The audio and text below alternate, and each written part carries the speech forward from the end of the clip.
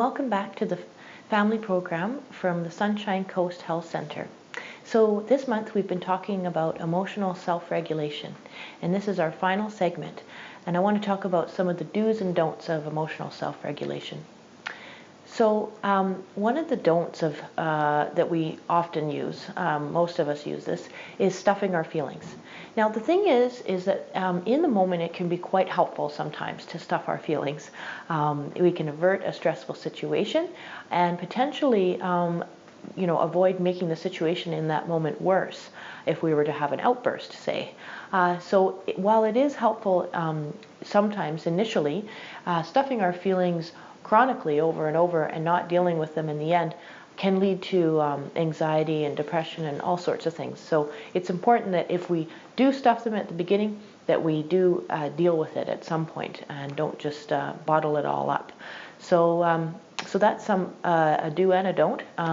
Another one, this is a really good way to regulate our emotions. And in fact, you don't even have to recognize what the emotion is to be able to reappraise, is what it's called. So reappraising takes a few different steps. So to be able to reappraise a situation, we first have to take ownership for our interpretation of that situation. And then we have to look and see whether our interpretation is the most helpful or whether it's leading to our anger and upset. So I'll give you an example. So imagine that you're driving in traffic and somebody pulls in front of you, cuts you off, right?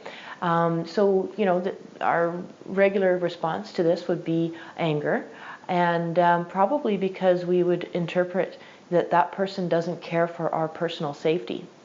So if you took a moment and you thought to yourself, okay, well, maybe it's not that they don't care about my personal safety. Maybe they're on their way to the hospital because their wife is in labor and they're stressed out and they didn't even notice me there. So if you were to reframe and reinterpret it in that way, you probably wouldn't feel angry anymore.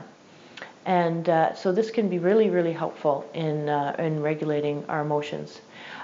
You'll find that the less you take things personally, the less upset that you'll get, and the more that you'll be the author of your own life. So I really encourage people to not take things personally. Another thing that you can do that is helpful sometimes, but again, there's a bit of a pitfall there, is distraction. So distraction can be really helpful when we're feeling upset and instead of going and overeating or drinking or something like that, we can distract ourselves and get over that emotion and without engaging in any behavior that's really unhealthy. So that can be helpful as kind of like a harm reduction type tactic. But if we're constantly distracting from a feeling that's recurring, like loneliness, that's not going to solve the problem. So distraction can help initially, but if it's for something that's ongoing, then you need to deal with that in the end. Otherwise, it's just going to keep happening.